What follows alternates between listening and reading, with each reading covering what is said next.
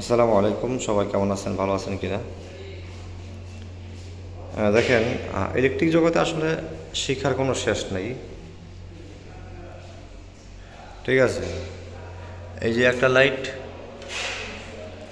এই যে একটা লাইট, এই যে একটা লাইট, তিনটে বন্ধ ছিল। ঠিক আছে, এখন চেক করলাম, দেখলাম যে এখান থেকে আমরা দুইটা কেবল বাড়ি করলাম। এই যে এইটা হচ্ছে কি লাইটের, এইটা হচ্ছে কি আপনার সেন্সরের।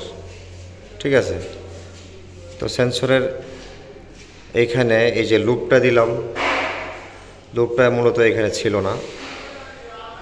এটা একটা আপনার মেনটেন্যান্সের কাজেই মধ্যেই পড়ে।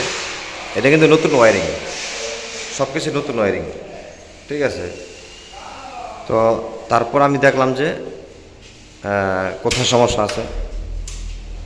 দেখলাম যে এখানে লুপ ছিল না। আমি আমি সেন্সরের কাজটা লুপ দিয়ে করে দিলাম, তো তিনটা লাইট আমার জ্বলে গেল। এইটা, এইটা, তারপরে এটা।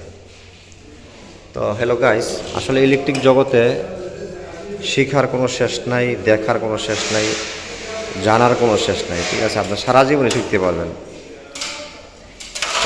এটাতে আসলে কাজ করতে অনেক ভালো লাগে।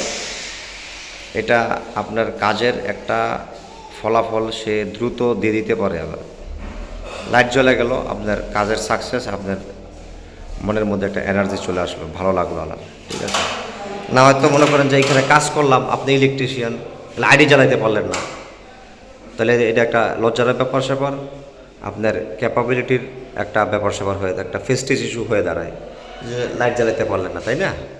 তো সেই হিসাবে দেখেন, এই লাইটটা, এই লাইটটা আর এই লাইটটা, তিনটা লাইট জ্বালাইলাম এখন এই সেন্সরের শূন্যতার কারণে। ঠিক আছে, এই উপর থেকে দেখলাম যে নাইগা।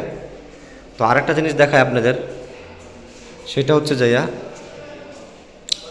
এইখানে, এখানে দেখলাম যে এই লাইটটা আপনার প্রথমে জ্বলতেছে না, সেন্সরের লুপও দেওয়া আছে।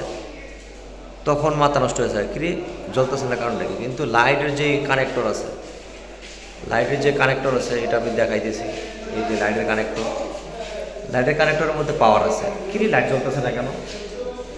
তখন আমি কি করলাম, এই যে লাইটের মাঝখানে যে ইয়াটা আছে, মানে কানেক্টরটা আছে, জ্যাকটা, এই যে